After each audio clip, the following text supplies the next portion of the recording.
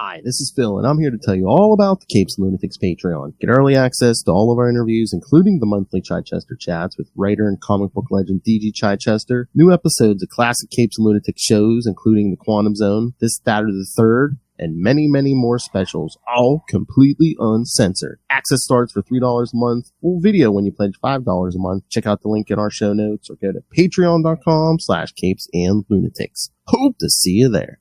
Who's ready for Thor? I mean, war. Hello, everyone, and welcome back to another episode of Marvel Tales. That's right, for the gods. I am Phil, and joining me, as always, no, he's all ready for the War of the Gods. It is Justin the Owl cracking the hammer through the skies. That's right, kids. We're going to be covering War of the Gods for $3.95 to $400. This was a pick for Phil's birthday month. Yes, another great pick. Yeah.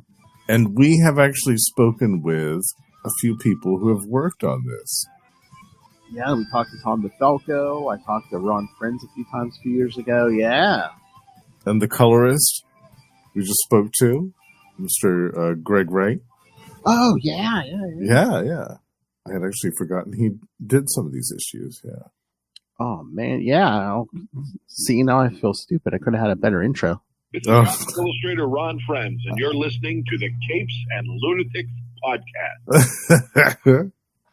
I loved our chat with Tom DeFalco. That was so much fun. We got to ask him about, one of my questions for him was about this story that we're going to talk about tonight.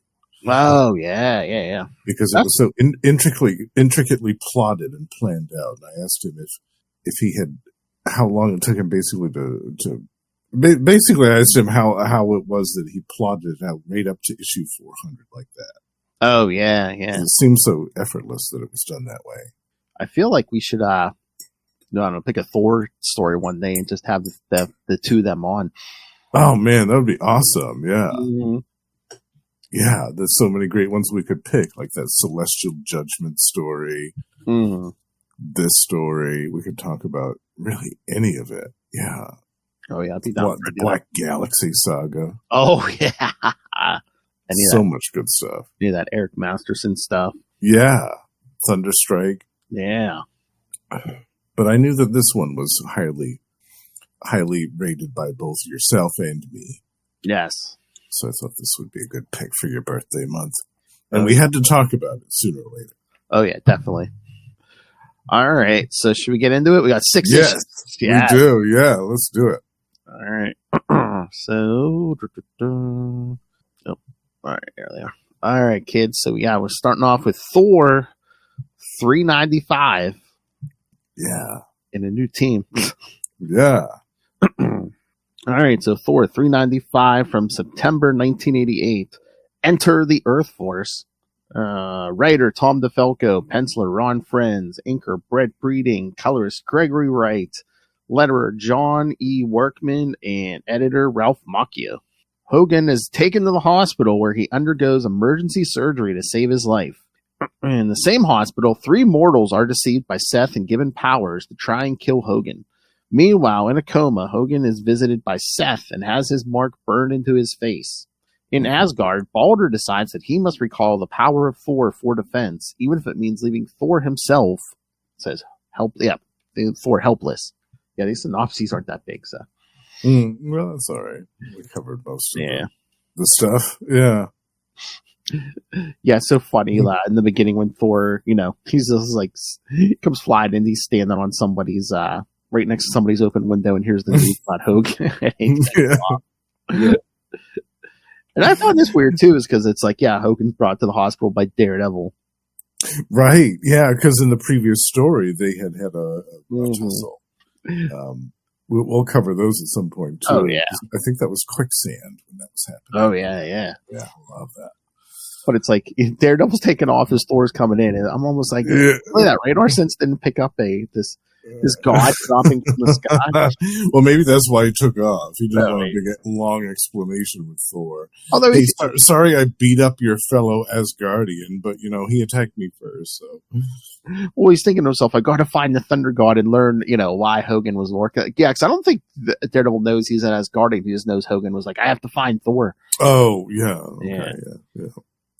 What makes me laugh are the circumstances for the Earth Force coming together. Okay, you've got all of these people. Well, two of them died through really tragic means. This is the part that makes me laugh. Two of them died through really tragic means, but one of them worked himself to death. Yes. And that part makes me chuckle every time. Like, you've got this one dude who, Earthlord, who was a cop that was shot in the line of duty, basically gunned down like a dog in the street with no dignity and left to die. You've got this lady, Pamela Shaw, who suffered from postpartum depression after her baby died, and her husband left her, and then she killed herself. Like, I mean, both of those are equally tragic ways to meet your end of your life. But then you've got this dude, Winston Manchester, a businessman who lived only to work and worked himself into an early grave.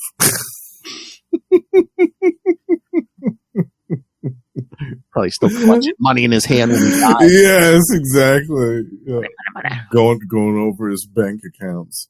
Worked himself to death. That part makes me chuckle every time I read this.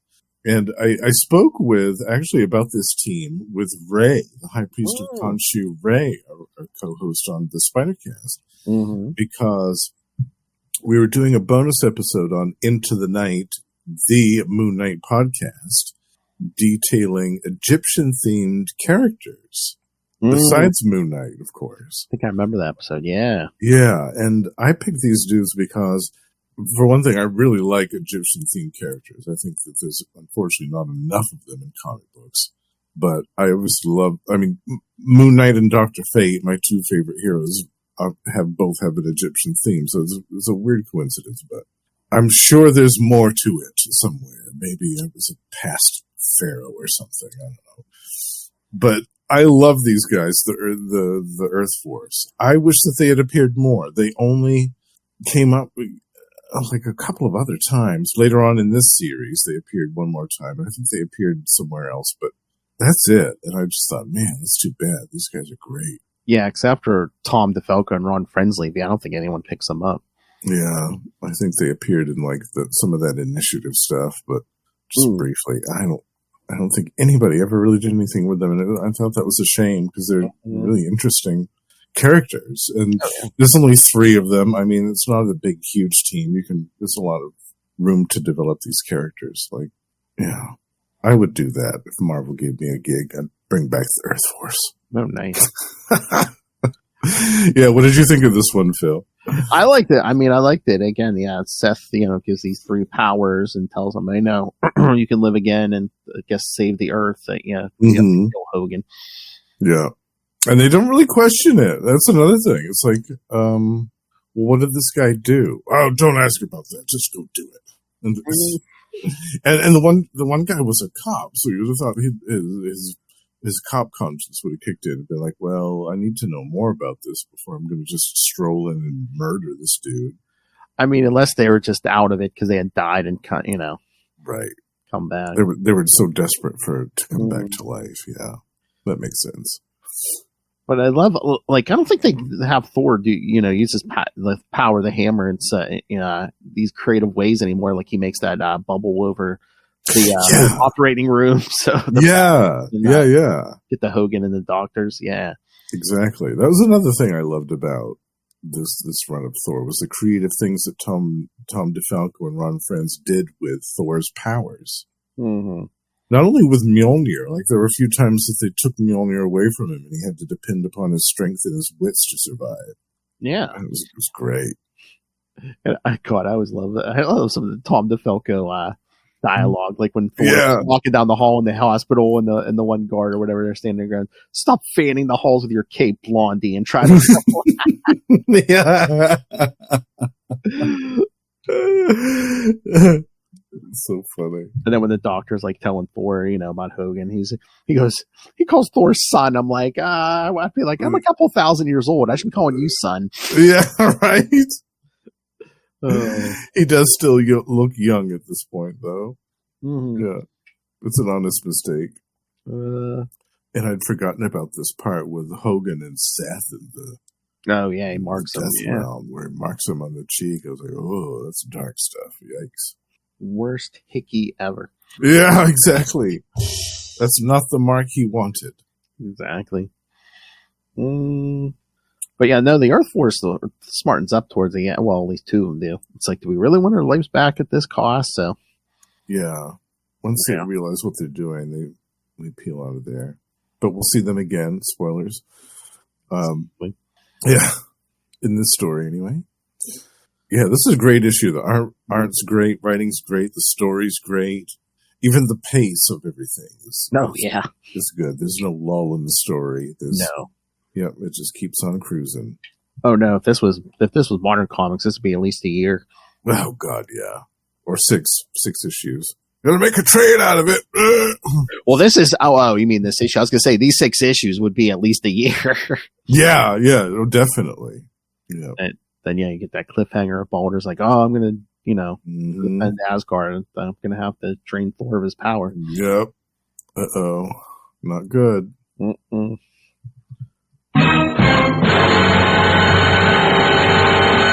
Yeah, this is another great thing about this era. There's always a cliffhanger ending to keep you guessing what's going to happen next. Oh, yeah. Yeah. All right. Want to move? Want to get into the next one? Yeah. Let's see. We got... And someone else is going to join the fight. Yep. Yeah. The Black Knight. So, the next part is Thor 396 from October 1988, Into the Realm of Death! Exclamation point. Mm-hmm.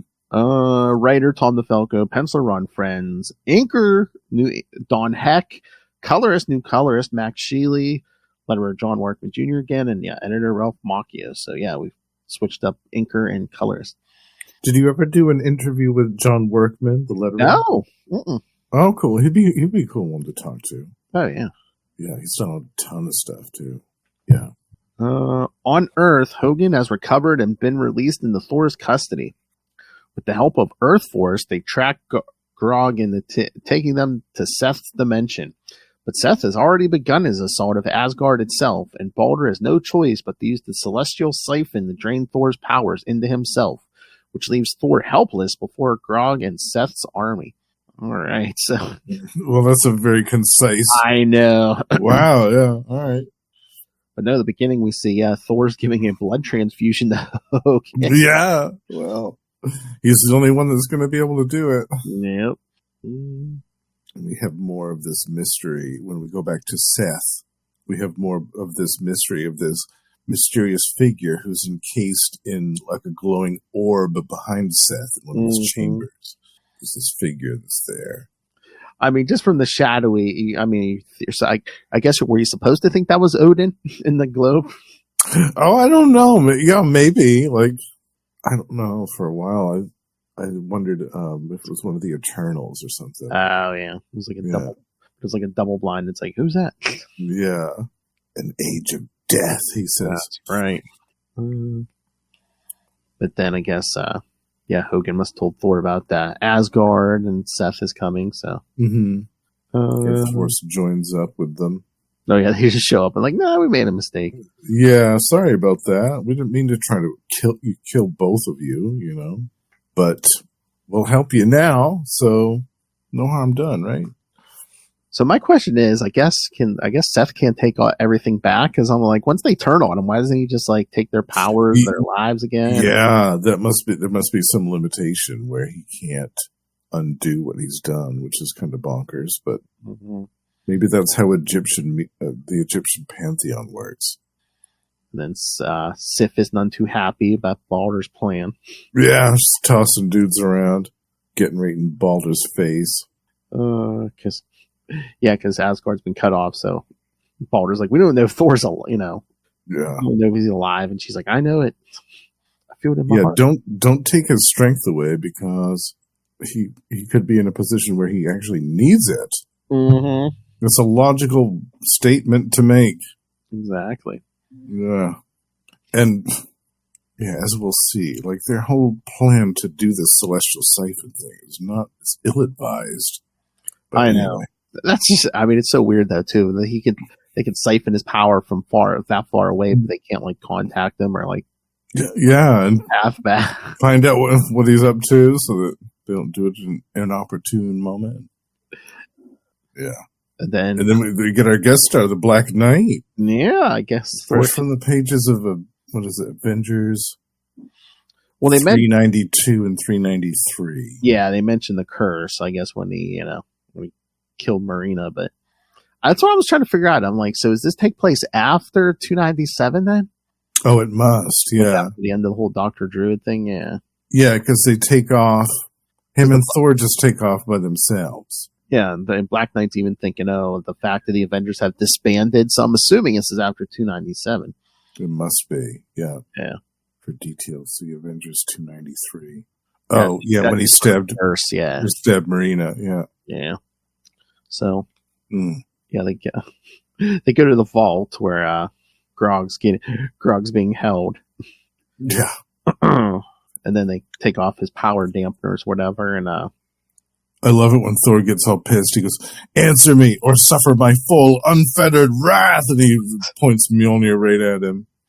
They're like, we better do something because he's going to blow this dude's face right off. Yeah, the guards are like, maybe we were just in private. Yeah. But he instantly creates a portal to another dimension. Yes. Yeah. It's like Earth Force, like, look out, he's escaping. He's like, 'tis as I planned, follow him. Yep. He'll lead us to Seth, so they all jump through, and then Black Knight's like, he's like, I got nothing. I guess. He's like, I don't want to be the one to stay behind and try to explain this. Yeah. There's no Avengers to go back to, so I might as well do this. So he leaps through the portal, and they're all surrounded by Seth's army. Yeah, thousands of troops. Yeah, I love this battle. It's so good. Krog, do you truly believe that you will ever leave this dimension alive? And Thor whips that hammer. That I do.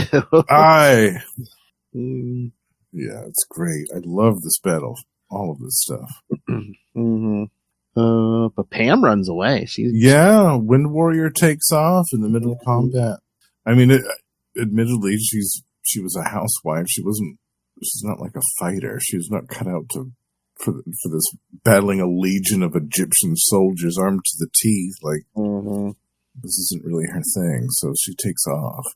But Seth is marshaling his forces for a full-on invasion of Asgard in the meantime. I love when Black Knight goes, there must be thousands of them. Thor, 'tis only a minor outpost. Yeah, minor. Yeah, that gives you a sense of scale on the sheer scope of the vast forces that Seth controls. His army is staggeringly large. But then, Seth's army arrives at Asgard, so Baldur orders the siphon turned on. Immediately. Like, he doesn't even wait. I know. For the battle to commence. Like, as soon as they show up at the gate, he's like, flip the siphon on. As Thor's picking up a giant pillar and is swinging his forces. The thing is, though, I thought that his belt also gave him strength. Didn't it? I don't know if it's that belt. There is a belt of strength, but I don't know if he's wearing it. Oh, maybe they got rid of it a while ago. Yeah. I remember thinking about that when this initially happened. I thought, well, wait a minute. Why do you almost get crushed by that column? Because I think with that belt of strength, he'd still be able to swing that thing around, even with some effort. Like, he'd be able to do it. I don't think it's his regular belt. Oh, okay. All right. Trying to remember, was he wearing it with that armor? Because didn't the Celestials destroy that armor or no? Oh, maybe. Yeah, that makes sense. Right. Yeah, you might be right about that. He might have lost that during that stuff. But even Thor's not mad because he realizes what Baldur must have did, and he's like, to think what that decision must have cost him. Yeah, because it's really painful for him to do that, like to be strapped into that machine, and yeah. And his hair even changes color. I forgot about that. It changes from white to brown. Yep. Yeah, that's it. Then we get that great full page. Oh man. Oh yeah. I want a poster of that. Yeah. Yeah. I want a poster of that. That's amazing. I know, it's great. You could really see there, like, the influence, like Ron Friends has said before, like, he has a lot of his influences, like, among others was Kirby. I can really see the Kirby in that. Totally. Yeah. There's some Kirby, but it's also, he's got his own. He's got his own style as well. It's very evident there, and it's so good. It just makes me so happy every time I see it. Yeah, I love that. And we'll get a lot more of those throughout this story. Mm-hmm. Those great full page, or even double page. We'll get a couple of those. Yeah. And Thor and Grog going face to face. I had forgotten about this too, that Grog could pick up Mjolnir.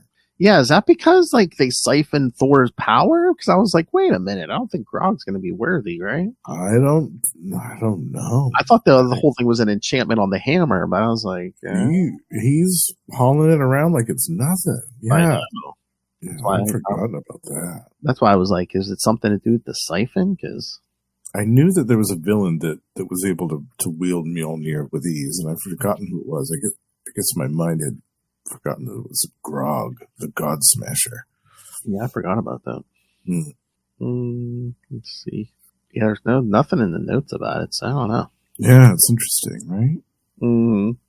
But yeah, after he beats down Thor and takes Mjolnir, then Earth Force and the Black Knight and Hogun are overwhelmed by this legion of soldiers. Uh-oh. Yeah, even Thor's like, under a POW. Yeah. Cliffhanger ending. Another cliffhanger.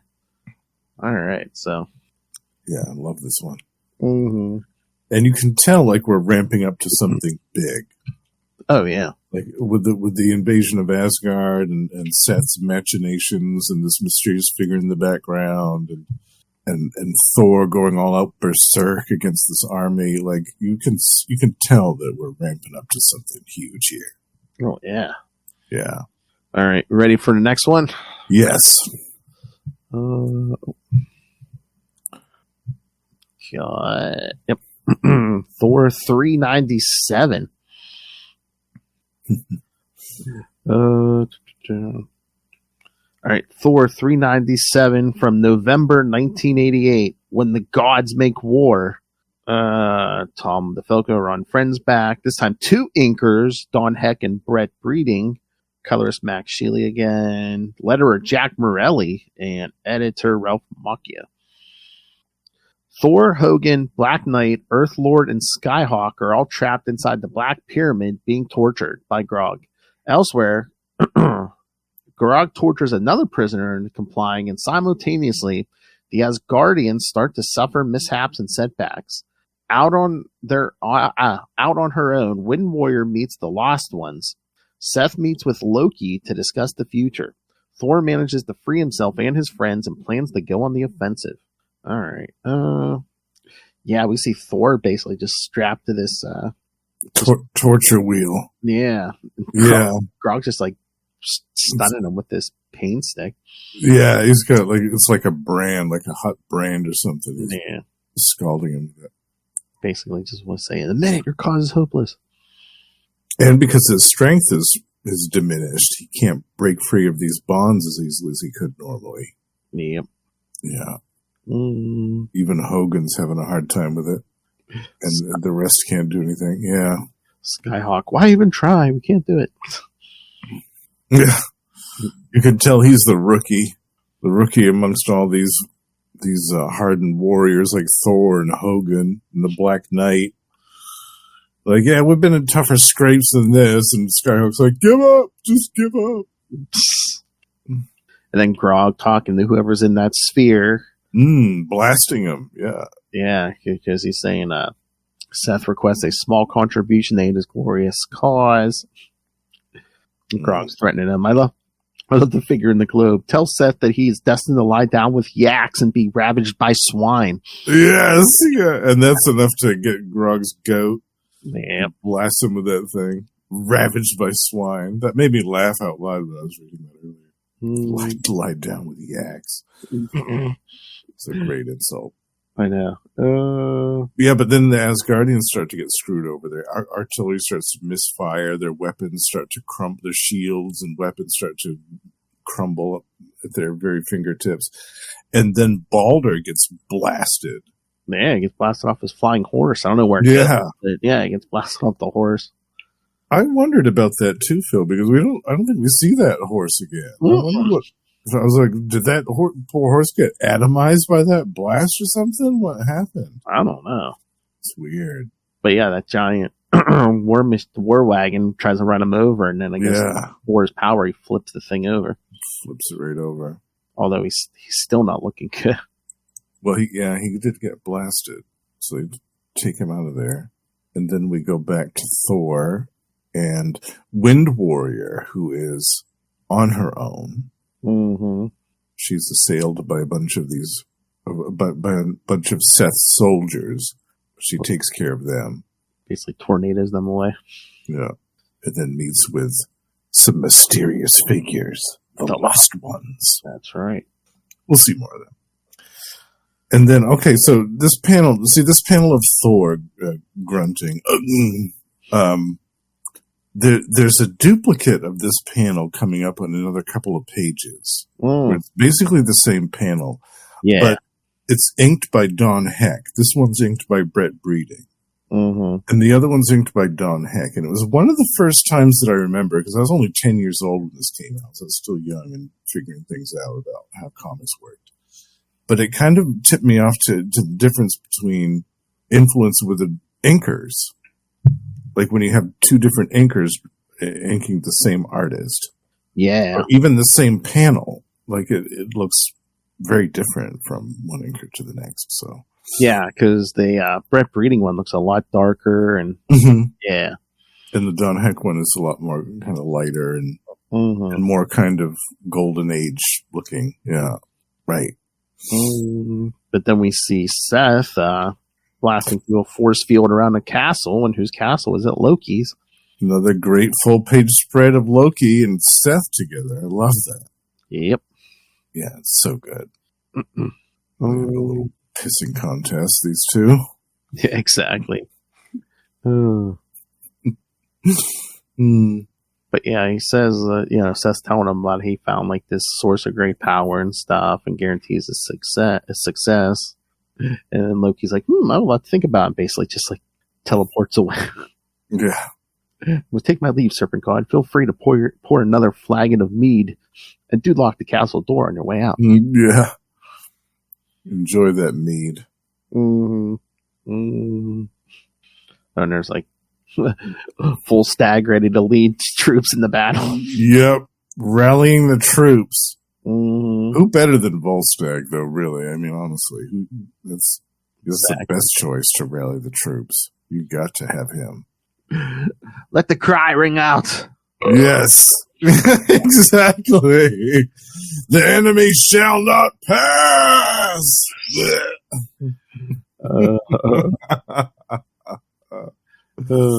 Then Loki shows up at Seth's place here and finds Thor and the others. Yeah, invisible. Yep, Grog shows up. Basically, I guess he beats Thor with his own hammer. Yeah, off panel. You can see something going on in the shadows. Cry out. He won't cry out when he's beating him, but oh man, the minute that Grog starts talking about using Mjolnir to cripple the others with it and pulverize them, that's when we get the best part in the whole issue, Phil. Oh, yeah. Nay! I say thee, nay! And he busts right out of that thing. Oh, man, it's so good. So what, he just willpowers himself out of it, I guess? Yeah, totally. He gets mad enough. That's what he needed. He needed to get mad enough to break out of there. And did everyone hear Justin's voice go up? Because, yes, shirtless Thor breaks out of the... Oh, God, yeah. That's good stuff. That's good stuff. Oh, Lord. Hello, Noel. Hey, look, it's the Mighty Thor. I know. The Titty Thor. I bet Noel remembers this story. Sure he does. Yeah. The His Crusher, the God Killer, the God Smusher, the God Hugger, the God Smasher, the God Dangler, the God Face Pusher, the God Cleveland Steamer, Cleveland Steamer, Governor, the God Wanker, the God Godder. got her. You forget. No, you forgot the God of Cranking the Hog. We're cranking the hog.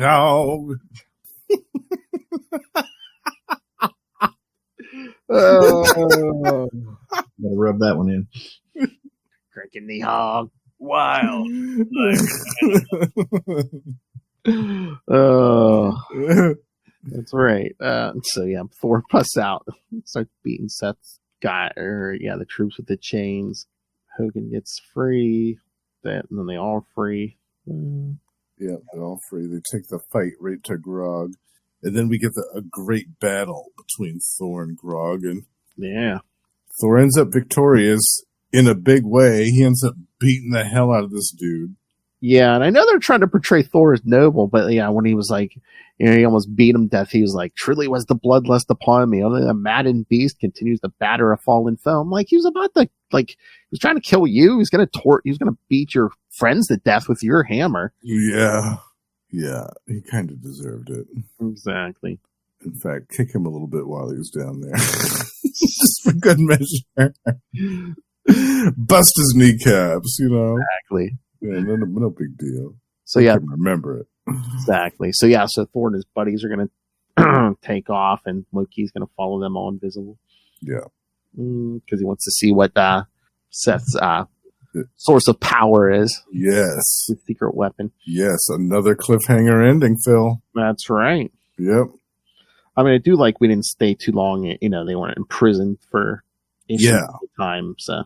That's another thing. The modern comics, they would have had them in prison for like half a year or something. Oh, yeah. Yeah, they would have gotten all Oz with it.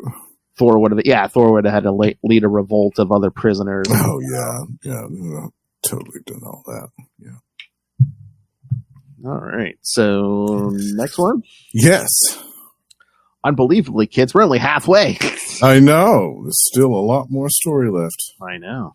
Including a big return here coming up. Indeed. A big epic finish to the story. I love all these covers, man. You got all the text on it. Yeah. Yeah. It's like classic, 60s era. Mm-hmm. Like we were talking about that with Tom DeFalco. Like to us, he was like the Stan Lee of our generation. Oh, yeah. Because the actual Stan had moved on, wasn't writing anymore. He wasn't doing any of that stuff anymore. But for the new comic books that were coming out on the newsstand that we had access to as 9 and 10, 11-year-old kids, he was the man. Like he was channeling all that magic that Stan and Jack Kirby did in the 60s. Oh, yeah. And to us, he was the Stan Lee of our generation. Absolutely. And this story is perfect testament to that. Oh, yeah. I mean, think about this story. Do you think, is this am I speaking out of school here, or were Tom and Ron our generation Stan and Jack? Well, that's what I meant. Yeah, absolutely. They were channeling that same magic that Stan and Jack did in the 60s. And I had that sense of wonder. And when I even said this to Tom DeFalco in our interview. I said, when I was reading that, I imagined what it would have been like. I kind of felt like it would have been like if I had grown up in the 60s and I was reading when the Incredible Hulk or Iron Man or Journey into Mystery or any of that stuff. Mm-hmm. I was able to imagine what that sense of wonder was like through you guys' work. Channel that same magic so well. And it's absolutely true in this series. Oh, yeah, because, you read that old, the original stuff with by Stan. Yeah, and it's just like, yeah, this is that Thor. Yeah. But even if you look at their stuff on Spider-Man, Amazing Spider-Man, that was channeling the old stuff with Stan Lee and John Buscema and John Romita. Like it was everything that they worked on together. They recaptured that classic magic of the old stuff, but they kept it modern. It wasn't just a nostalgia fest. Oh no, yeah, they kept it modern and they kept it interesting and they kept it relevant, but it didn't seem anachronistic. It always seemed fresh and modern and relevant to the times. Because especially that Spider-Man stuff. They were the team on the book when he got the black suit. Right. And they picked up, pretty much seamlessly after Roger Stern left the whole Hobgoblin thing. Right. Exactly. Speaking of cranking the hog, yeah, the Hobgoblin.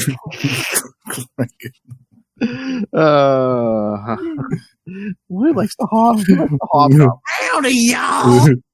We should do a plug for Russell, actually, because I know that he just wrapped up his miniseries on the Hobgoblin's original appearances on his Tomes of Evil feed nice. recently. I think a couple months ago, so people should check that out. I thought you were about to say you wanted us to do like some kind of like run on Hobgoblin stuff. No, I invented that, you dick. Well, I think we'll be talking about some Hobgoblin later this year on when Inferno. Yes. Some of that stuff. Yeah. Oh, wait a minute. I think you put that in there, if I remember right. What, the Spider-Man issues? Yeah. I didn't think we did. Oh, okay. Never mind then. Yeah. I mean, we can add. I don't care. We can add it. It don't matter. Yeah. No, I thought some of those were in there where he gets transformed. But oh yeah, he does get transformed, and there's a battle between Macadale and Harry Osborn. Yeah. Oh my God, it's bonkers. Yeah. All right, let's get Thor 398. 398. December 1988. The Prisoners of the Black Pyramid. DeFalco, Ron Friends are still here. Inker just on Heck this time. Greg Wright back as colorist. Mm-hmm. John Workman still here as letterer, and Ralph Macchio editor. Thor and his friends fight their way through the Black Pyramid. They find that the secret to Seth's power is that he has imprisoned Bess, forcing him to bend luck to his side. I was like, nope, not who you think it was. Just kidding. In Asgard, Heimdall dies from his wounds, and an enraged enchantress lashes out, only to be stopped by Seth. Elsewhere, Lear and the Celtic gods hear her anguished cry, can't come to Asgard's aid. Back in the Black Pyramid. Okay, this might be the biggest cliffhanger we get. We get this whole thing. Back in the Black Pyramid, Bess leads Thor to an astonishing discovery: the imprisoned Odin. Yeah. Who I don't think they've seen since Thor 353. It's been a while, right? Yeah, because he was basically battling Surtur the whole time. Yeah. In like another dimension or something. Yeah. I was going to say, that might be something else for the list. Maybe some Walt Simonson Thor.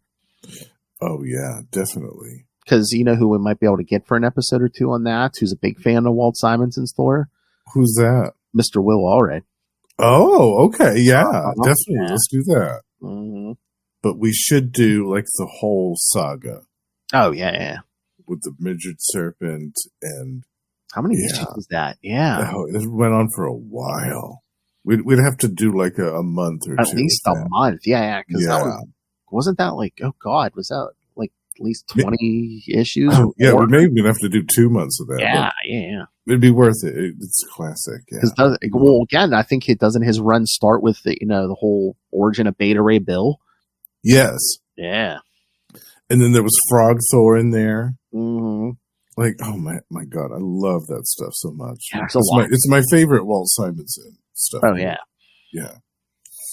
Yeah, Will loves that run. Nice. Let's do that. Yeah, we'll put that on the agenda for next year. Because I forget how many years ago. Might have been like around, might have been before I met him, but I guess Will, I don't know if he just like taught some like comic book class at the college. Oh, nice. Yeah. And I definitely, I know he said Walt Simonson Thor was part of his, lesson plan. Nice. Yeah. Well, that makes total sense. Oh, yeah. Yeah. All right. So, back we see Thor and the others still battling Seth's forces. Loki's still invisible. Grog trying to get away while he's all chained up, and Thor just smacks him with that hammer. Yeah. Where do you think you're going, loser? And Grog's just like, no, kill me. I'll show you everything. Yeah. He's afraid now after that beating he got in the last issue. He is scared. That man is afraid. When we get back to Asgard, still under siege. Yeah. And we get some crazy stuff here. Heimdall getting riddled full of arrows first. Mm-hmm. Then Fandral goes all cavalier here. Carrying a sword in his mouth at one Carrying a point. sword in his mouth and kicking dudes in midair and doing all this crazy flips and stuff. Yeah, I love it. now they got those winged creatures or whatever attacking. Yeah, I think, what are they, harpies or something? Or So, yeah. something like that. And then Volstagg comes to his aid. But the two of them are suddenly swarmed by these things. And that was the cliffhanger regarding those two. Mm-hmm. Like, we don't see them for the rest of the issue. So I was thinking, oh my God, what's going on with these two? Are they dead? Yikes. I know. It's crazy. And then, back at the Black Pyramid, Thor and the others are fighting Seth's forces. Grog manages to run away. Yeah, the little escape hatch. Then they encounter Bez, the Egyptian god of luck, who has been Seth's unwilling prisoner. God of luck and the Lord of probability. Probability. The funny Thor would have been like, we need to short circuit that plan. Get me the mortal known as Longshot. Yeah. I am the master of good fortune. I love these panels with Loki, who's still invisible, and he's in the background. He's thinking, "My half brother is so sickeningly honorable that he often fails to see deceit in those he encounters. I hate Thor above all others. His very presence disgusts me, revolts me. It truly pains me to aid him, but I must. That's great. So he imparts some of his strength to Thor here. Half of it. It's an important detail. Yeah. Oh yeah, that comes back later. Yeah. Yeah. We get a brief glimpse of Wind Warrior with the Lost Ones, who were revealed to be the rest of the Egyptian pantheon, who had been prisoners of Seth, or exiled by Seth, rather.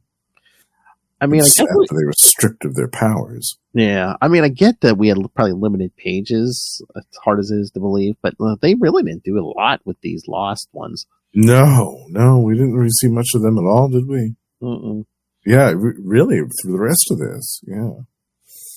Oh, and this is my favorite part here, Phil, when Heimdall passes out from his injuries in the tent, and the Enchantress goes berserk. And I love that full-page spread of her. Oh, yeah. Just kind of wailing out her anguish and her rage and her sorrow and all this. And all of these different gods and pantheons and things can hear it. I love that. Still to this day, that's my favorite part of the issue. Oh, and we're going to see her soon again here too, once we start Secret Wars. That's right. Yeah. She is a big part of that. That's funny. It's Secret Wars. They didn't use Loki. They used Enchantress. Yeah, I love it. Yeah. I love that. And I was really surprised by this part, too, the first time I read it. I thought, oh, man, she's going to put the hurting on Seth. But yeah, she basically does a kamikaze run. Yeah, but she doesn't even faze him. And that's due to the fact that he's absorbed the powers of these other Egyptian gods. He's a lot more powerful than I guess anybody realized. Mm-hmm. Yeah. So the Enchantress's efforts were all for naught. And then Baldur's standing there thinking, he's failed, and if only Odin was here. But then another warp opens, and there's Lear, the Lord of Lear and the Celtic gods. Yeah. I love these guys. We should do a couple episodes on them too. They're great. Yeah. At some point on the list.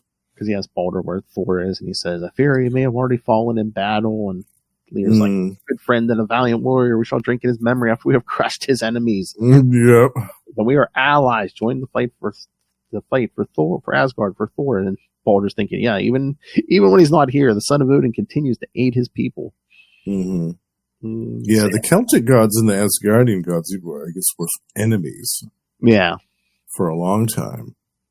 Well, and again, you got to figure, too, it's like one of those situations where it's like, well, yeah, if they wipe out the Asgardians, who are they going to come for next?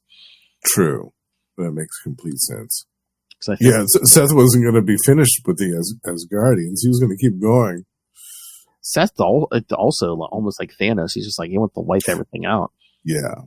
I'm surprised Seth isn't added to that list of like death's, suitors. I know, yeah. Well, he more worships her like she's his god, basically. Yeah. Yeah. Oh, there you go, kids. Get some girl on girl action. Get the Viper trying to win the hand of death. The Viper becoming a goddess of death. Yeah, a priestess of death, rather. Oh. Yeah, totally. But yeah, Thor and the others are battling more of Seth's warriors, and then there's the big reveal at the end. Yeah, Bess leads them to the door to that dungeon, and when Thor breaks in, he's like, "No, it can't be. It can't be." Odin the Allfather. Basically chained up above the floor. Yeah, that was a great cliffhanger. Yeah, it's building up here. Yeah. All right. Any other thoughts, or should we get to the next? Let's move on to 399. The penultimate episode. You're welcome. Oh, Lilith. Yeah, Lilith. Drink your mead, Lilith. It was the penultimate episode, or the penultimate issue. Yeah. The most magical part of these covers, 75 cents. I know, right? Getting all this for 75 cents. Good. So good. All and right. Also, on a side note, I think that we'll see Brian do an article on the War of the Gods at some point. This should be the next Thor film. Yeah. Yeah, I can see it. Oh, yeah. I know. Yeah. I'm trying to remember what he was writing. I saw one the other day. I can't remember what it was, but it wasn't exactly something we were talking about, but it came close. I was like, oh, okay. It wasn't Soul Search from Superman? No, okay. See, I was anticipating I was anticipating seeing that one show up. I know. Well, sometimes it takes a while to get them, too. That's true, yeah. That's right, kids. Brian Cronin from Seabar rips us off. He's our biggest fan. Who did he... Oh. Is it this interview with a comic book cover artist? Yes, Stanley. And I was like, man, I don't remember him doing a lot of interviews with comic creators, but I've been posting a bunch lately, so yeah. Oh, unless he's going through the back catalog, because here's sometimes he posts his old stuff too, but an article about how Wolverine and the Thing got past that whole sliced open your face issue. Oh, right. Yeah. They did have to get through that. Yeah, Beer will handle that. Yeah, never. Yeah, no big deal. All right. Thor 399 from January 1989. When Asgard Dies. Of course, again, Tom DeFalco, Ron Friends, new inker, Romeo Tangle. Colorist Max Sheely's back. Letterer Rick Parker. And editor Ralph Macchio. So yeah, kids, the War of the Gods is so big, we keep switching creators. Like letterers, inkers. Yeah. In Asgard, the forces of life and the forces of death clash in fierce combat. Seth challenges Balder to single combat and, of course, cheats. Balder falls and the power of Thor returns to him. The manacles holding Odin were really power dampeners, hiding his presence from Surtur. Odin imparts all his power to Thor to fight the fire demon when he arrives. All right, so. Wow. All right. Oh, do you see that sneaky cameo in the beginning of this issue? Eric Masterson and Kevin. Yeah. Guy. Right on the first page. It's tremendous. And I love that page of the sky with the silhouettes of the gods in the clouds. It's tremendously good. Oh, yeah. Yeah. And there's Loki on Earth, basically. Yeah, hanging out. Yeah. He's like, run, mortal, but you'll find no shelter. Yeah. Yeah. And back on Asgard, still under siege. Yeah. The Asgardians and the Celtic gods joining forces together to drive back the hordes of Seth. And then, of course, his potential lover, Carnilla, is watching the whole Carnilla, yeah. Yes. She goes, be silent, you old hag. Because there's a nasty old witch that's talking trash about Balder in front of her. Right, because she's like, I don't want Seth to find us, but my heart demands that I aid my love. But how? I was wondering, too, in hindsight, why Hela was silent during all this. Yeah. We didn't hear a peep from Hela during all this stuff with Seth. Okay, so I see what you're saying. She was hella quiet. Hella quiet. Yeah.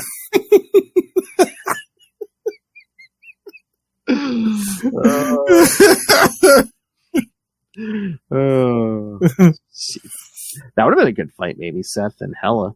Yeah. I want a rematch. I want to see that. Oh yeah. Yeah. Seth tries to invade. Hell, and Hela's just like. And shut your filthy mouth. Exactly.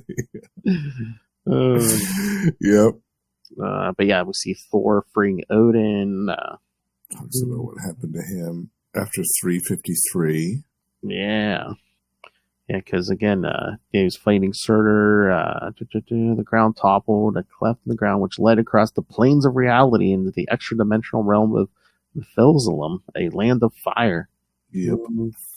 I guess. I'm trying to remember where he explains it, but yeah, doesn't Odin say yes, or Seth kind of grabbed him? Yeah, after that fight, he was weakened. Yeah, and the power dampeners he's wearing are hiding his location from Surtur. Then Grog Grog shows back up with the demons of despair. Exactly. Uh-oh. Then we see Seth has Enchantress. Yeah, she's still alive, but she's a prisoner. But man, she tried to trick him, because first she's like, "Let me live, spare my life, and Amora the Enchantress will be your obedient slave forevermore. Think of the dark passions that only I can unleash, the secret lust that only I can satisfy." Oh my god! Then she tries to stab him in the back of the neck. Yeah. A lethal thrust of my hungry dagger. Oh my! Secret lust, dark passions. I mean, come on, kids. You know what she's talking about. Rumpy pumpy. Oh, yeah. Yeah.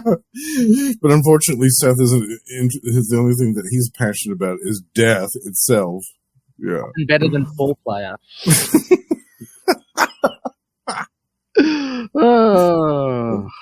Oh, baby. We'll be talking with him this week, as a matter of fact. That's right. Yeah. But yeah, no. But then Seth shows back up and says, "Balder, I'll give you a chance to end this siege and save your people."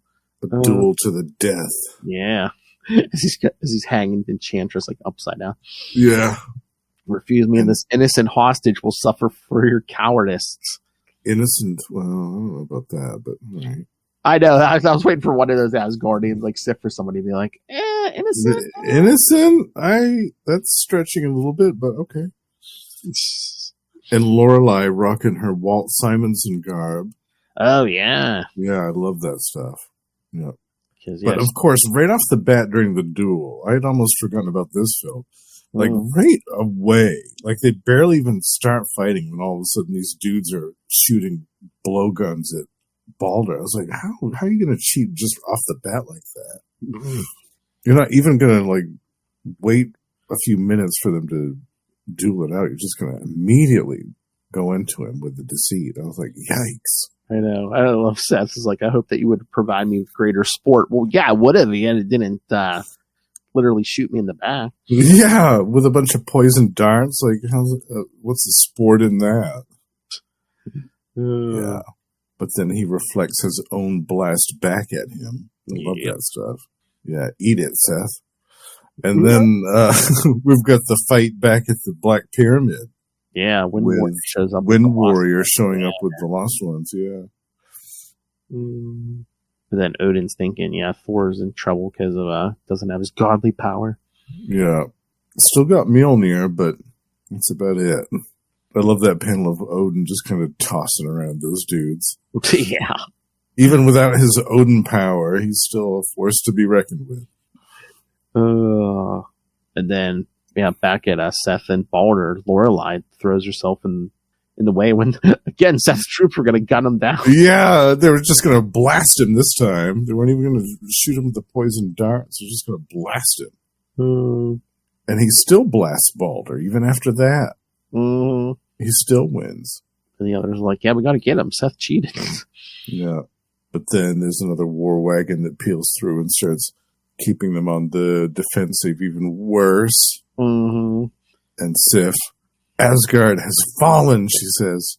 Uh-oh. When she says that, things are pretty dire. And Baldur's thinking, yeah, he's unworthy of the power he siphoned from Thor. Yeah, biggest moment of despair. Mm. But he is whisked away at the moment, at Seth's moment of triumph by an unknown force. But Seth's like, oh, Asgard is mine. But then Thor's like, all of a sudden, Thor feels his power, his strength returning. He's like, no, that must mean Baldur's dead. Yeah, he starts freaking out. Yeah, starts taking down the monsters. Yeah. Yeah, he goes nuts. He whips up this like hurricane and totally trashes this pyramid. Mm-hmm. Even Odin's like, my son has proven victorious, but my heart. Yeah, this is great. Oh, yeah. But then Odin tells Hogun they have to open a portal back to Asgard, and Thor's ready to go. And he says, no, my son, the others shall go, but thou must need remain behind. Mm-hmm. There's another fight that needs to happen here. Surtur. Yeah, because basically Odin gives Thor the Odin power and then takes off with the others. And yes, Surtur shows up at what's left of the temple. Immediately. Yeah. Yeah, look at that last page. There's your cliffhanger. Oh, man. Talk about a cliffhanger. Yes. Yikes. Wow, I love it. It's so good. It's really magnificent artwork, all of it. Oh, yeah, because they're talking about battle to the death. Yeah. Yeah. And this was great, too, because we didn't have any lead up to this. Yeah. Like, Surtur was mentioned briefly. Yeah. With Odin, but there was no like subplot or anything like that where you saw Surtur in his realm just kind of watching what's going on in Asgard and waiting for his moment to strike or something like that.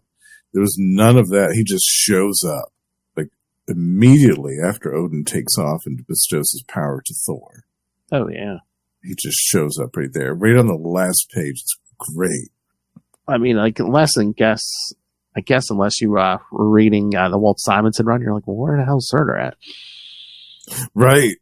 Yeah. Well, there he is. Yep. Yep. All right. Should we get to the last one? Yes, here it is. So I wondered, like, because I didn't pull the floppy out, Hale. How many pages was this? Because on the app, there's 64 pages. I think it was 80. Oh, maybe, yeah. Maybe. Because, yeah, like, again, like $1.75 for... Yeah. I read this one so much that the cover almost came off. Like the size of bigger than an annual, maybe, yeah. I think it might have been 80 pages. Oh. I'm going to look it up because I noticed that too when I was reading it on the app. I thought, wow. I mean, unless they went with no ads that issue or something, but... I don't remember. I'm going to look it up. So, yeah, kids. All right, there it is. Thor 400 from February 1989. Lest the heavens perish. The main story, writers Tom DeFalco and Ron Friends. Okay. Yeah. Penciler Ron Friends. Inker Joe Sinott. So, new inker again. Another inker, yeah. Max Shield is back as colorist. Letterers Michael Heisler and John Workman, and editor Ralph Macchia. Well, yeah, I don't blame anyone, for getting help on this issue. So, man, yeah, definitely. Thor battles Surtur across time and space. He uses the Odin power to grow to giant size and face Surtur on equal terms. Carnilla rescues Balder before Seth's final blow can be struck, and he convinces her to help Asgard. Meanwhile, Odin fights Seth, and with the help of the cursed Black Knight, the serpent god is defeated. Earth force is restored by the Egyptian gods and returned to Earth. So, according to this, it's 64 pages. So they must have cut out the ads out for that. Wow. Maybe. Yeah. That's cool. All right. We'll have no room for no ads. Yeah. That's all right. Mm-hmm. They can do that for one issue. Yeah, I love the very beginning of this film with that great 2-page spread there. Oh, yeah. Like even the first page, you get that first splash page with like all the credits and stuff. Yeah.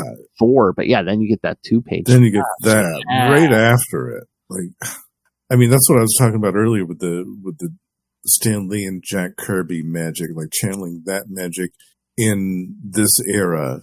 Mm-hmm. That's a perfect example of that. It's so good. Oh, Yeah, yeah. and then Thor grows to giant size. I mean, this is amazing. And this part always makes me laugh also whenever I read it. When Surtur picks up the Black Pyramid with Grog the God Crusher still inside and hurls it at Thor. Well, I guess we're not going to see Grog again. The whole pyramid gets atomized. Yeah. Oh my god. Yeah. I love it. Then Thor and Surtur disappear. Yeah, I gotta look. I was gonna say, is this? I mean, you could see this might be Grog's death, but it could very well be. I don't remember him coming back. Yep, it says here it's his death. Oh, really? Okay, yeah. I was gonna say I don't remember him coming back. Thor. Wait, no, I thought it said death, but then when I clicked on it, it's saying Thor Volume 3 Annual 1 from 2009. So annual. Oh, okay. And from 2000. I haven't read that. I think I have this, but I can't remember for the life of me. I can't remember this story. Oh, okay. I haven't read that. Oh, I guess maybe Seth and Grog return. Oh, interesting. Oh. We could cover that one at some point, Phil. Yeah.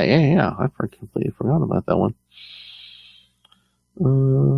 Because I thought, because we're under Thor 400. It's saying Grog death, so I don't know.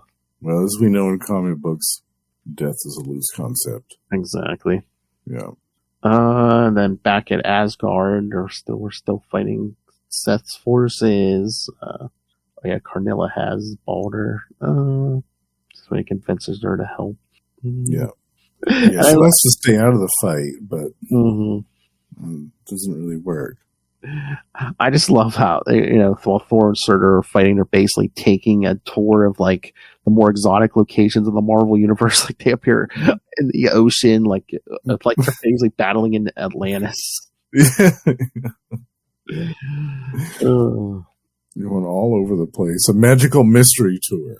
I'm like, wouldn't that have killed like all the sea life, including the Atlanteans? I mean, Surtur's pretty hot.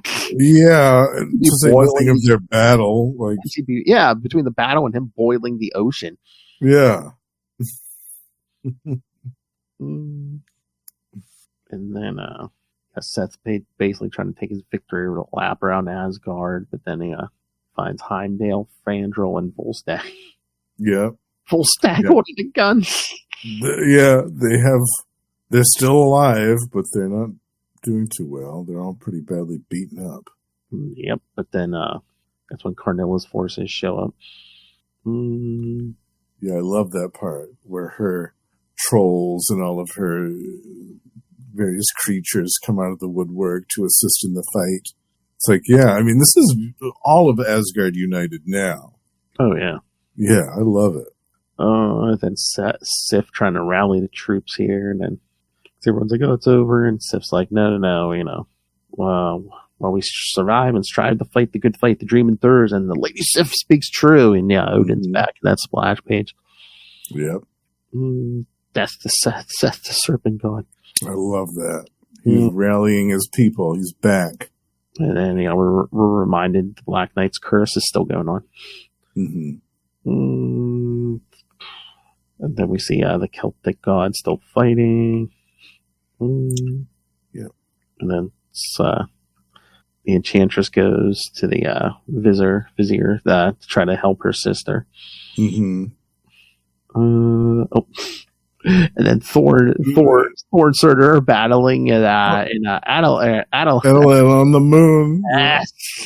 Yep. I love the last box, but then before another word can be spoken, especially Black Bolt, they disappear again. Yeah. And then the Earth Force. Earth Force attacks. This is one of my favorite parts of the issue. Earth Force versus Seth. He's like, I gave you new life, new power. How can you turn against me?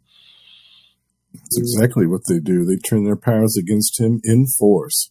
Yeah, because I won't serve death. But he's just too powerful for them. He takes them all out. Yeah. Given enough time, I almost believe that you could defeat me, but time has already ended for you, for all of you. For all of you. Yeah, I forgot how brutal he was with Wind Warrior. He blasts her into oblivion. I thought, damn, that's harsh. Exactly. Severe, yeah. Mm. The Lost Ones start to attack him and try to take their powers back from him. Yes. But he turns into a big old snake. That's right.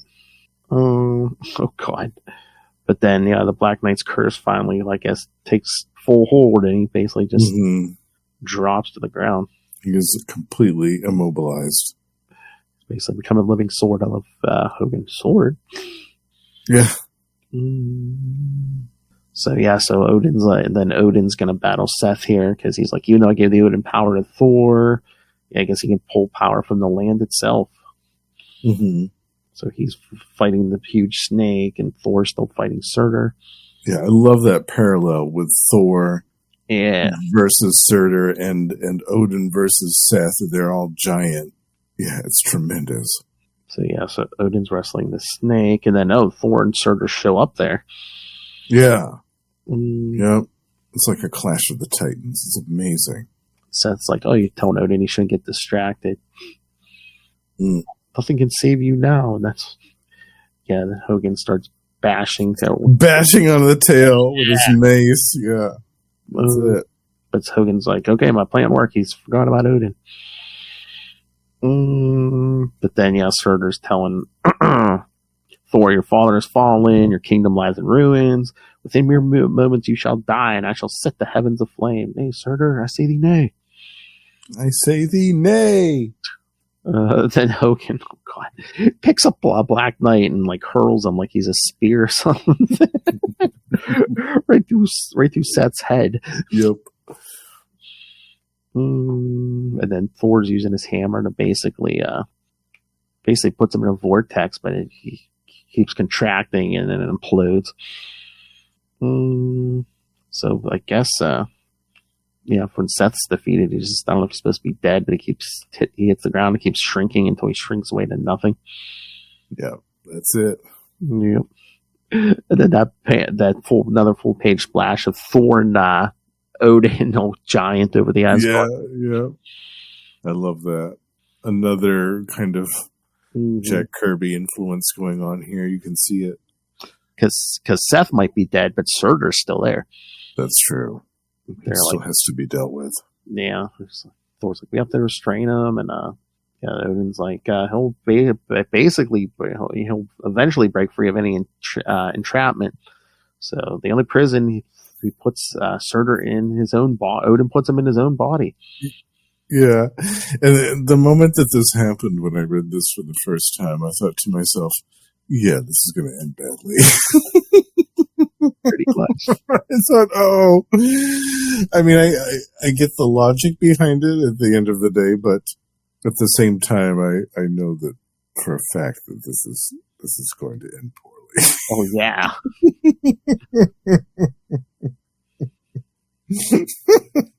This is a better solution than locking him in some other dimension or something. Yeah, or I don't know. There's got to be somewhere else that they could put him other than inside of Odin. Yeah, but still, that made for a good story later on. So I'm not going to complain about that. Yes. Yeah. So basically Odin swaps him and Thor back. Odin takes the Odin power back. Thor has his own power back. So all the Asgardians are celebrating. Like you said, the Egyptian gods basically heal the Earth Force and send them back to Earth. Wait, the wife here is calling him Kyle, but I swear in the first issue was Tile with a T. Oh. Oh well. And then back on Asgard, Odin sends Thor and the Black Knight back to Earth. Well, yeah, because Thor begs him. He's like, "Yeah, let me take him back to Earth and try to cure him." And Odin's like, "All right, but pretty soon." Again, how many times have we got this? So you're gonna have to make a choice soon, Asgard or Earth. So yeah, we're back to this again. So It makes sense, though. Whenever Odin's awake, he's got to be thinking about that. He's got a major case of OCD when it comes to his son staying in Asgard or Earth. Oh, yeah. So he's awake, so he's automatically thinking about it. Mm-hmm. But yeah, again, great story, great pick. Yeah. Yeah. Thank you. Yeah, I knew this would be a good one for your birthday month, Phil. I mean, this one's basically like an annual, just from the size, and then like these backups, like, you know. Yeah, we get some great backups here talking about who shall be worthy, like a little bit of an origin story. Properties of Thor's hammer, like all the power stuff, yeah. And then, yeah, everyone who's held Mjolnir up to this point. Yeah, including Steve Rogers. You got Beta Ray Bill and Darko. Yeah. Yeah. And then the women in Thor's life. Yeah. Oh yeah, Lorelei. Yeah, used the potion on Thor to make him fall in love with her. Oh, Enchantress. Jeez. Yeah. Hela. Sif. Jane Foster. Man, the Enchantress looks like right off the cover of a porn or something. Totally. Yeah. Yeah. Then we get a story with Fandral and Hogan. Yeah. And all three of them, yeah. The Warriors 3 in their own story. A flashback story, as it used to be. We get a arm wrestling match between Thor and Hercules, which results in the complete destruction of the mountain that they're doing this upon. And they don't even stop arm wrestling in the midst of all that. They're still going, yeah. It's so funny. That's right. Certain someone, it's a Hercules backup. Yeah. Oh, baby. I wonder how Ray feels about this one. I bet he's read this story. Oh, yeah, I'm sure. Probably I'll have to get his thoughts on Wednesday. Mm-hmm. Oh, and then there's that Loki story. Yeah, with artwork from the great Richard Vass. Yeah, basically learns the dark arts, then kills his teacher. Yeah. Yeah, I love Richard Vass's rendition of Surtur. Mm-hmm. He looks so good. I love this backup story. And you get a pinup of Sif by John Workman and Joe Sinnott. Yeah. Love it. Look, she took one boot off, showing some ankle. Yeah. Yeah, scandalous. Scandalous for 1988. Oh, yeah. Yeah, right. I love this story. I was trying to think about this. This might be my favorite Thor story. It is up there, yeah. This might be my favorite. I just love the execution of everything. I love the characterizations. I love the script. Tom DeFalco's Thor dialogue is always pleasing to me. Oh, yeah. I mean, I love the Walt Simon stuff a lot too, but I find that I kind of have to be in the mood for that. Whereas this, I can pick up anytime. Exactly. I can pick this up anytime and read it. And I'm always similar to the Bloodstone Hunt, my favorite Captain America story. I can pick that up any old time. Oh, yeah. And always am entertained. I am always enjoying myself. And I'm always transported back to when I was a kid reading it for the first time and loving it. Oh, yeah. And yeah, this is very similar to that in that regard. I can read this anytime. Anytime. Oh, yeah. That's what I've said before. It's just like, before Tom and Ron were on the book, like Thor was hit or miss for me. I mean, the Walt Simonson stuff was good, but like they're the ones who got me into the book, like yes, monthly and stuff. Yeah, me too. I picked it up right when Tom DeFalco started. I started collecting it regularly. Before it, I had bits and pieces of the Walt Simonson stuff and really enjoyed it, but some of it was a little over my head at that age. And I knew that I would have to go back to it at a later date. I would appreciate it more. And I did. And again, the Thor stuff was great. And then the Eric Masterson's stuff was Thor. Yeah. But the stuff with him in space and dealing with the Celestials, like that was right up my alley. That's what I was looking for. And then you get those great one-offs like that little Secret War tie-in, that one issue with the Enchantress, and you got that one issue with Darko and just kind of random stuff like that really made me interested in the book again. Oh, yeah. and want to pick it up on a regular basis. And they hooked me. Like, I stayed with Thor for years after that. Mm-hmm. I really only fell off after, I think it was after Jim Starlin left. Oh. And it was right when Warren Ellis took over and he lost his powers and stuff. I was like, yeah, no. I've seen what you've done to at least 3 or 4 books that I have read and enjoyed Warren Ellis, and I'm not really fond of repeating that experience. Thank you very much.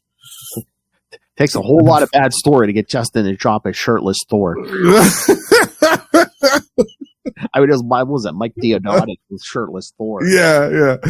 I mean, I appreciated the art. Don't get me wrong, but at the time, I was Warren Ellis out. Yeah. I'd seen what he'd done with Doom 2099. I'd seen what he'd done with Excalibur. I'd seen what he'd done with Vampirella and a couple other ones, and I was like, you know what? I'm going to take a break from Warren Ellis for and a bit. Again, the end was coming. They, because Heroes Reborn was coming. So exactly, yeah. That was the countdown to the end. Countdown to mystery.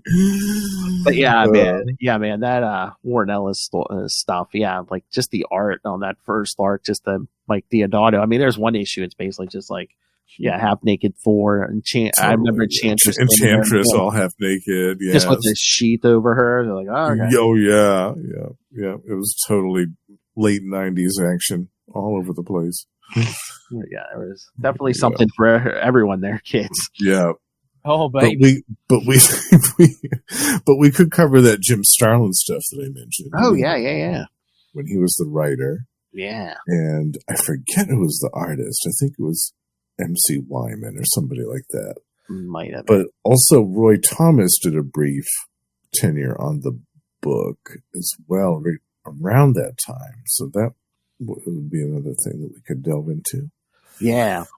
Well, didn't we say next year, maybe for the summer, something we want to do Thor War? There was only like 4 issues. Oh, yes. Yeah, definitely. Yeah. I love that one.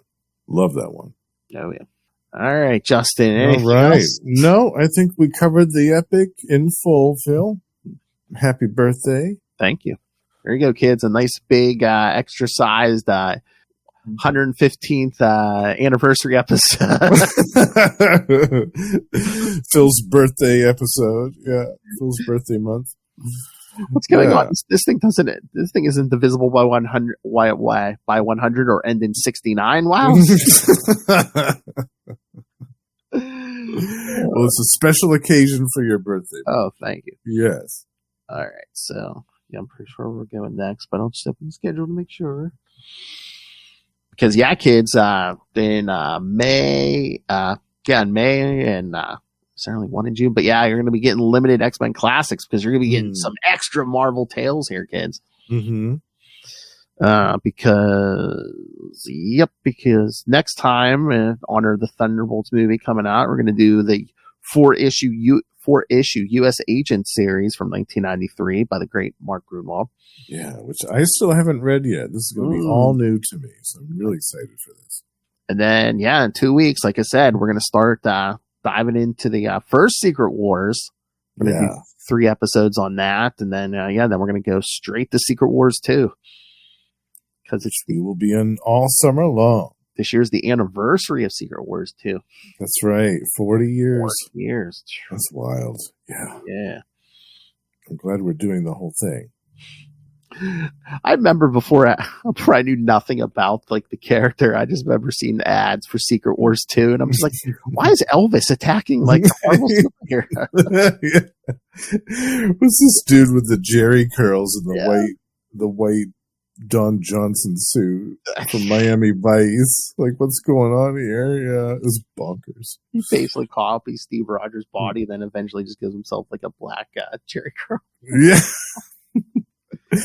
I know. There's so much great stuff that we're going to discuss. I'm excited. Yeah. It has been decades since I've read Secret Wars 2. Easily. Decades. And it's not just the mini-series for Secret Wars 2, it's the tie-in issues, too. Yes, we're doing those as well. Yeah. Captain America, Spider-Man, all the Daredevil, Avengers, Fantastic Four, Hulk, Rom. There's an issue of Rom. Rom, yeah. Yeah. Yeah, we're going to be doing that all summer long, folks. So send in your thoughts, send in your feedback, send in your favorite Secret Wars 2 memories. Yeah. And Oh, we'll that's discuss right. them on the show. An issue with the Thing.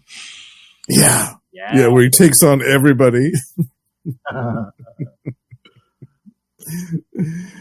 Oh, man. Oh, Thor 363. That's a Simonson, right? Yes. Yeah. Yeah. Secret Wars 2, yeah. I think so. Or maybe, is it Sal Buscema? I just want to, yeah. I forget. Pretty much, if you had a book in 1985, there's a good chance you're showing up in Yeah. Secret Wars 2. Yep. There was at least one issue that was tied into it. Even Spider-Man. There was a whole bunch of Secret Wars stuff. Oh, even got a tangential tie into Transformers. Transformers, yeah, with Circuit Breaker. Yep. Oh, yeah. All right, kids. So send us your thoughts. Big again, U.S. Agent next time, and then Secret Wars 1 and 2. So you're pretty for pretty much the next couple months. So once we hit Secret Wars, you're getting everybody pretty much. Yep. Everyone in the Marvel Universe in 1985. Yeah. After next week, we're not playing favorites. Everybody's showing. That's right. Secret Wars 1 and 2. Oh, I can't with that. All right, kids. So send us your thoughts, especially all you old men who've read these before. Ray, Noel, do you have thoughts on this? I'm sure you probably do. I bet he does. Yeah. I don't know if Russell's read any Secret Wars 2. I bet he's read the first one. But I don't think I was going to say, send thoughts on the first one. Doom's in there. Yeah. There's a ton of villains in Secret Wars 1. Come on. But maybe he has read it because I think isn't that where Teach Me How to Urinate came from? Secret Wars 2. Yeah. Yeah, Secret Wars 2. Yeah. So maybe he has read some of it. Beyond their ass Spider-Man to help him. Yeah. God. Oh, man. It's so funny. Teach me how to urinate. Yeah, that one. Yeah. Yeah, he must have read some of it. Yeah. All right, kids. So send us your thoughts. Send us your thoughts on War of the Gods. Send us your thoughts on all the upcoming stuff. Email us, CapesandLunatics@gmail.com, or call the voicemail 614-382-2737. That's 614-38-CAPES. And remember, you can catch pretty much anything we've ever done at CapesLunatics.wordpress.com. Help support us by buying merch at TeePublic and Spring. And again, deadlier than any god of death, Lilith Hellfire demands that you rain random money on us through the Cash App link. Make it rain. That's right. That's right. Don't anger the goddess of death. Mm-hmm. And of course, the Patreon, where every month Lilith and I give you exclusive, uncensored content. And if you are a Patreon member like Justin here, that's right. Join me in the Patreon elite.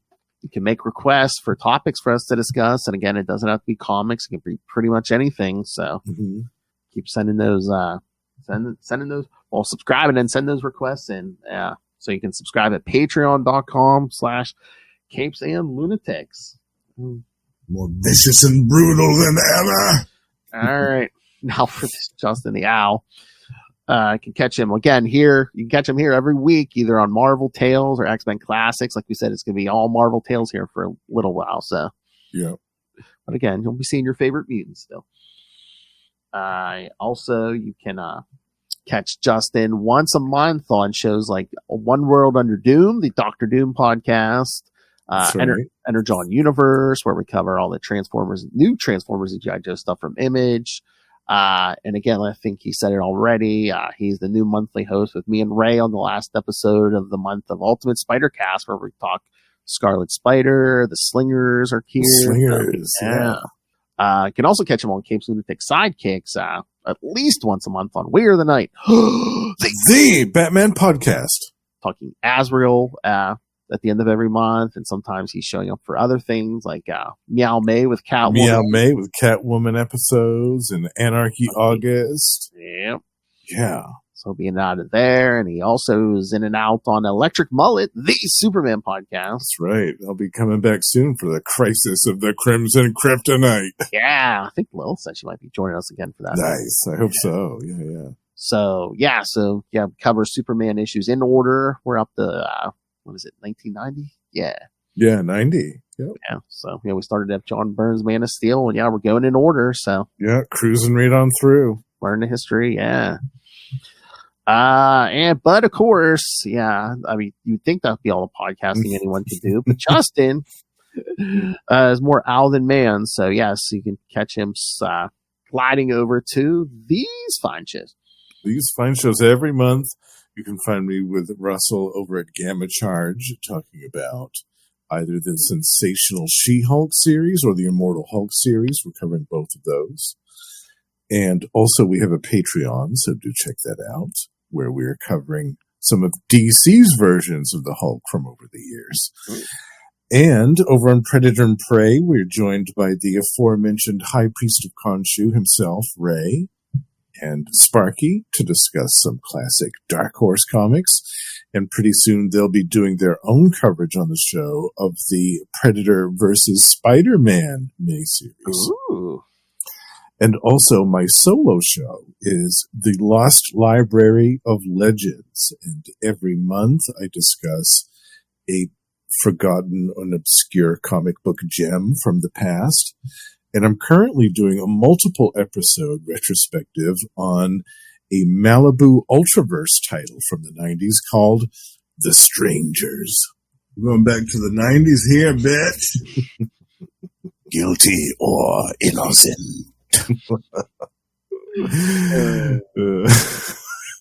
One way to the Biscuit Town. Don't shock the monkey. It's waving around in here. It's coming. Oh, that's naughty. I love it.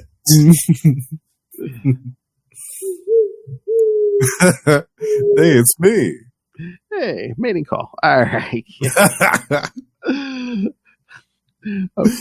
Oh God! You probably knock on that bedroom door and say, "Guess who it is?" Guess who? Oh Lord! All right, thanks for joining us. All right, so yes, next week U.S. Agent, and then for good next few months, gonna be pretty much everyone in the Marvel universe. Yes. It's going to be a big epic event. I mean, they included a lot. They didn't include everyone in Secret Wars 1, but pretty much everyone's in Secret Wars. Yeah. Yep. We're going to have so much fun. All right, kids. Come back next time. And remember, Odin is still burning inside.